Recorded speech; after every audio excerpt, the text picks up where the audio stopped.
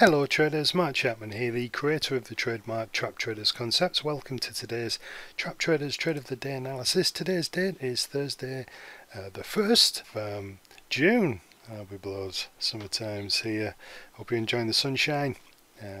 2017, and today we're going to have a look at the euro dollar. The euro dollar's been mighty of late, and this type of vertical strong move in price action is exactly the type of price action that catches people's eyes, and then from there people want to get involved in the trades. And a very typical entry for a retracement trader who will be inclined to get involved in a type of move like this in a trend is when price breaks up through a level and then pulls back. And as you can see on several occasions in here, the market bounces engulfing candles off that level, and that's what's going to tempt the trader in to take some risk. But as you can see, no sooner have they gone in there, they've been creamed. So if you get a bit of a pullback, this looks like a pretty good place to get short. And if you'd like to come and join me inside my brand new inner circle, come and say hello, click the link below, and I'll see you on the inside.